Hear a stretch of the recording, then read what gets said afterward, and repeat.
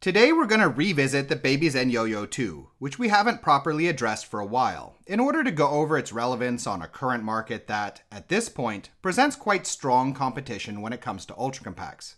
We'll start with a discussion of what, if any, characteristics still make it stand out as a good model, and which sorts of use and lifestyle factors may make it worth considering, before shifting over to common complaints with the yo-yo and wear or mechanical issues that we've had a lot of feedback on over recent years.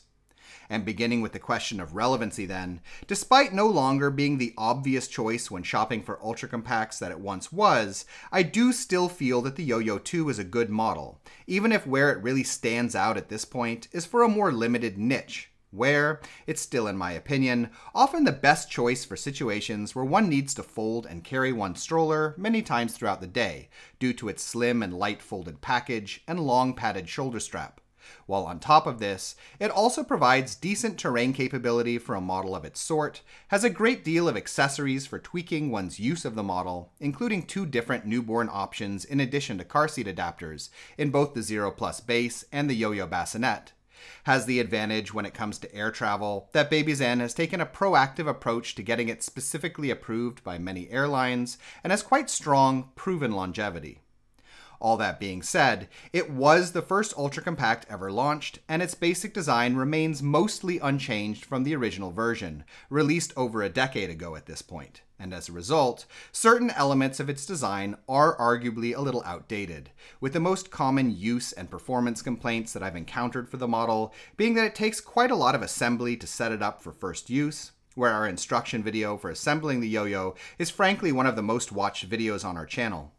That the yo-yo is hard to fold versus all the one-handed, one-step folding models that it currently competes with, but where I'd note that the flip side of this is that it's also one of the only ultra-compacts out there with no internal wires and very few internal components altogether, which is one of the keys to its great longevity. And lastly, there are also somewhat regular complaints concerning the height of the seat back, 43 centimeters, where, even though there are several other models whose backrests are around the same length, this is beginning to be a bit on the short side versus newer ultra-compacts that make use of a backrest that folds in 2 parts in order to achieve a longer length without sacrificing folded size.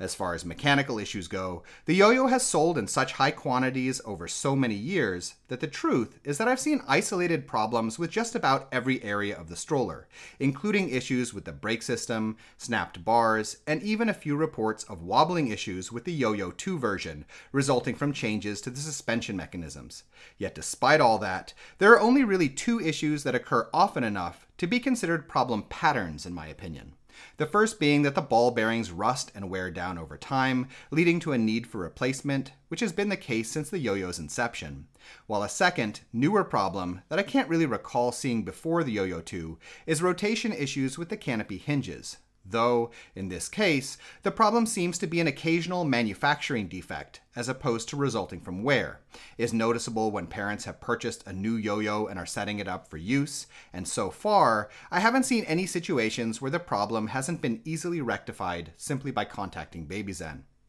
So, that's the added information that I wanted to get out there about the Yoyo2 based on user feedback and our own experience with repairing the model. If you'd like to know more about the yo-yo, we have multiple in-depth reviews, as well as several videos concerning many of the accessories, and I've linked a variety of these in the description.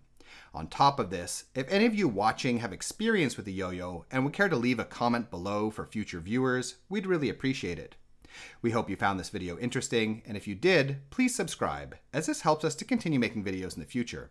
In addition, if you're currently shopping for a stroller, we have a buyer's guide on our Patreon page which lists a wide range of models that we recommend, with a lot of technical and lifestyle related information. You can find it by following the link in the description as well. Thank you.